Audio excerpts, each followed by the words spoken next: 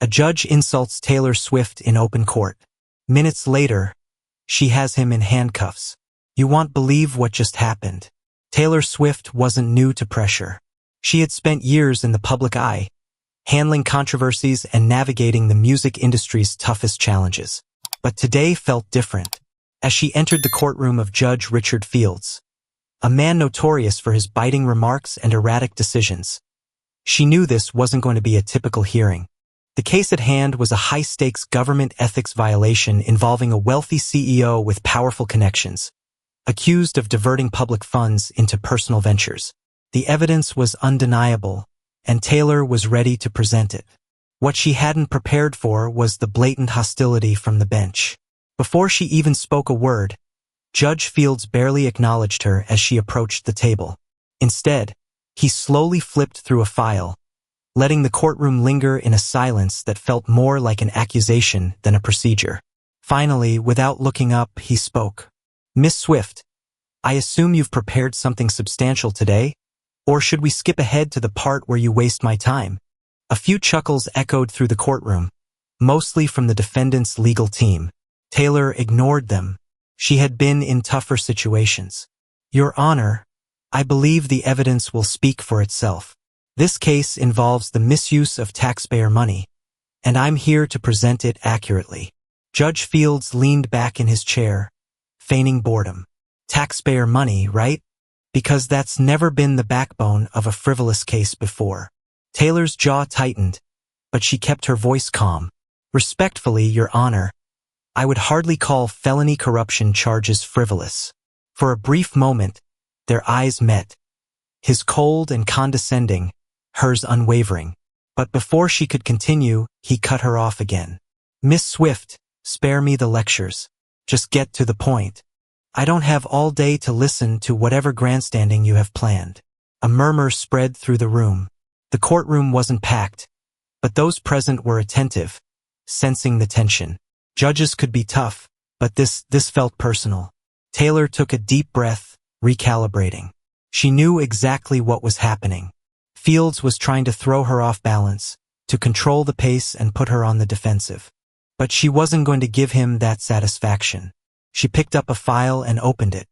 Your Honor, I'd like to direct the court's attention to Exhibit A. These financial records clearly show. Miss Swift, Fields interrupted. Do you always insist on drowning people in paperwork? Or is this your way of compensating for a weak case? That stung. The shift in the room was instant. The defense attorney smirked. A few reporters exchanged looks. But Taylor didn't flinch. She knew that men like Judge Fields thrived on intimidation. The key to beating them was never letting them see you crack.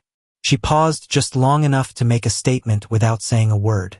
Then she placed the file down and clasped her hands together. Your Honor, if you prefer to make this personal, I can request a recess while we address any professional concerns you may have. It was subtle, not aggressive, not disrespectful, but pointed. A clear warning that she wasn't backing down. The judge's lips curled slightly. Was it amusement? Annoyance? It was hard to tell. But he wasn't finished. Oh, I don't have concerns, Miss Swift. I just know a weak case when I see one. This time, the reaction wasn't just murmurs. A few gasps. Someone whispered. This wasn't how a judge was supposed to behave. Taylor could feel the room shift, eyes darting between her and Fields like a tennis match. But she wasn't going to engage in a shouting contest. That's exactly what he wanted. Instead, she adjusted her jacket, straightened a few papers, and looked him dead in the eye. Then let's let the evidence do the talking. But as she spoke, she saw something in his expression. Not just arrogance. Not just condescension. There was something deeper.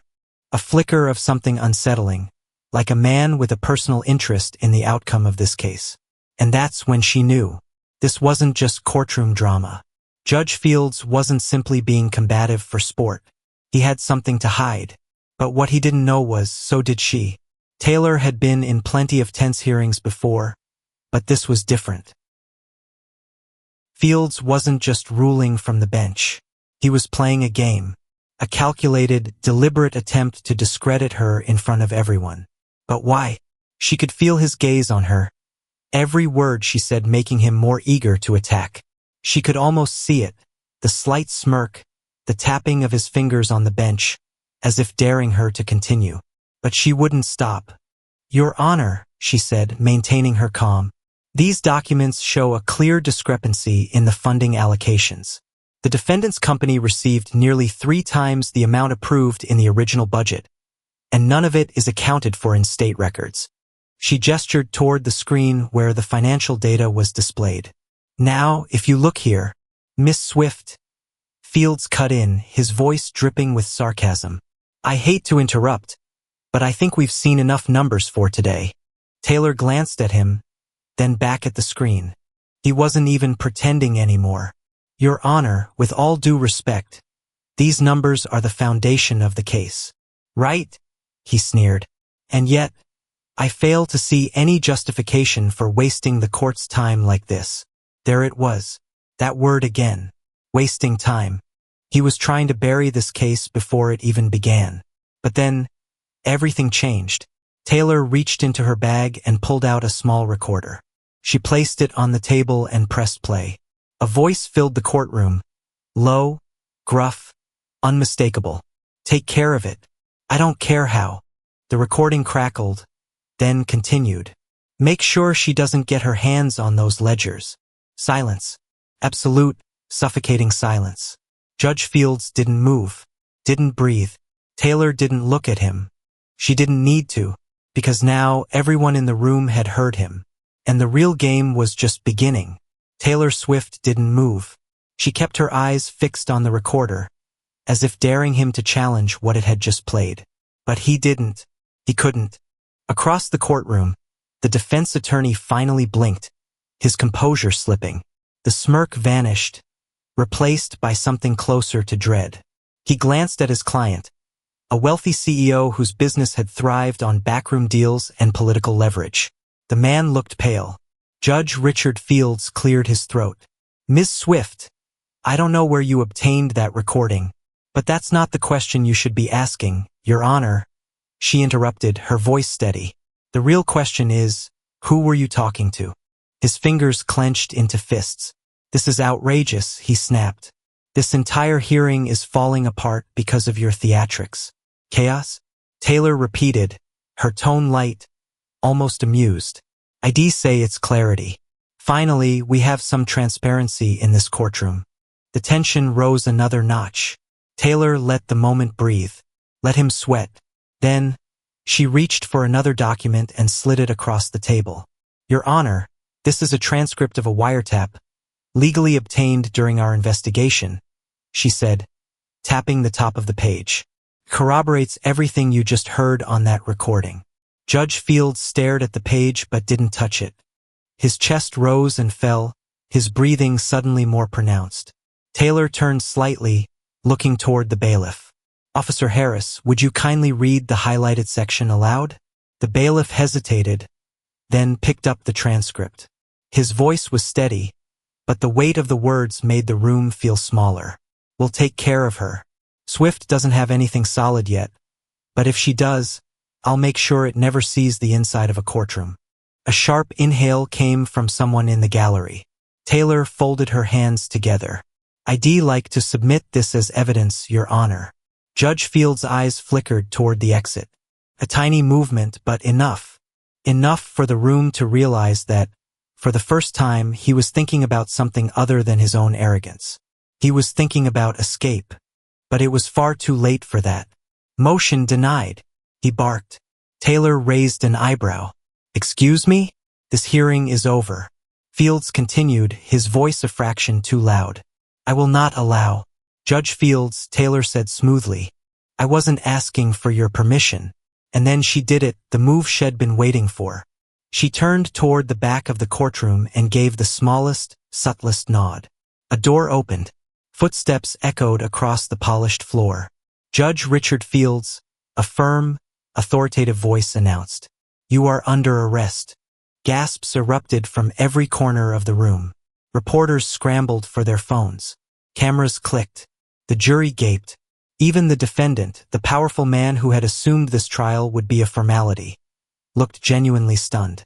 Judge Fields didn't turn. He didn't even speak. He just sat there, eyes fixed on a single point on his bench, as if he could will everything away by remaining still. But reality had already caught up with him. Taylor remained seated as two uniformed officers flanked the judge. One reached into his pocket. The other pulled out a set of cuffs.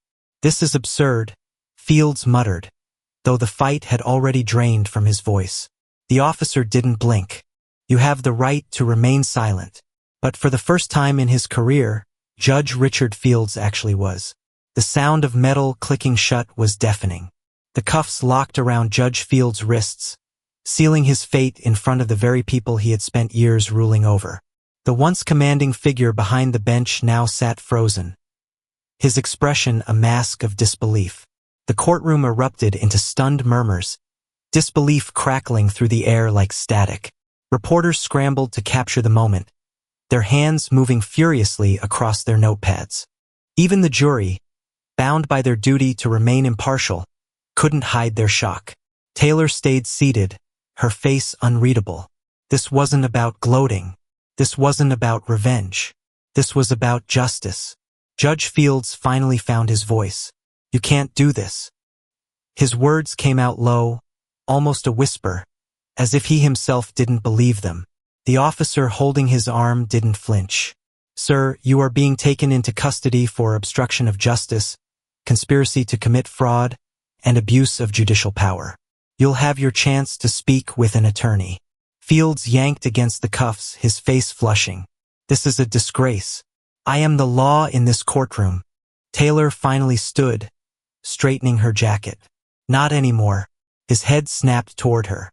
For the first time, the arrogance had been replaced by something else, something closer to fear. The officers pulled him to his feet, but he resisted. "This is political. This is—" Taylor shook her head. "This is accountability." The room went dead silent again. A lifetime of unchecked power, gone in an instant.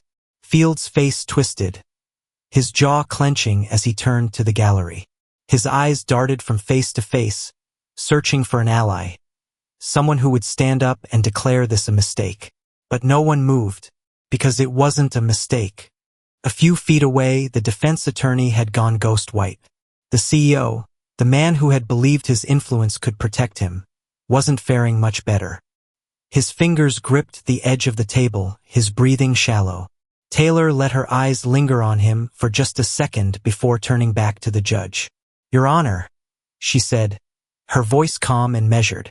"If you have anything to say, I'd suggest you save it for your arraignment." Fields' mouth opened, then shut, because there was nothing left to say. The officers began escorting him toward the side exit.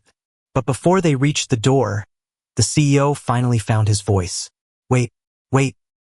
His chair scraped against the floor as he shot up, eyes darting between Fields and Taylor. "This is getting out of hand. We can work something out." Taylor turned, arching an eyebrow. "Work something out?" The man swallowed, visibly unraveling. I mean, there's no need for this kind of public spectacle. Let's be reasonable." Taylor studied him for a moment. Then she took a step forward. "You seem nervous, Mr. Lawson." His mouth opened, but no words came. She tilted her head.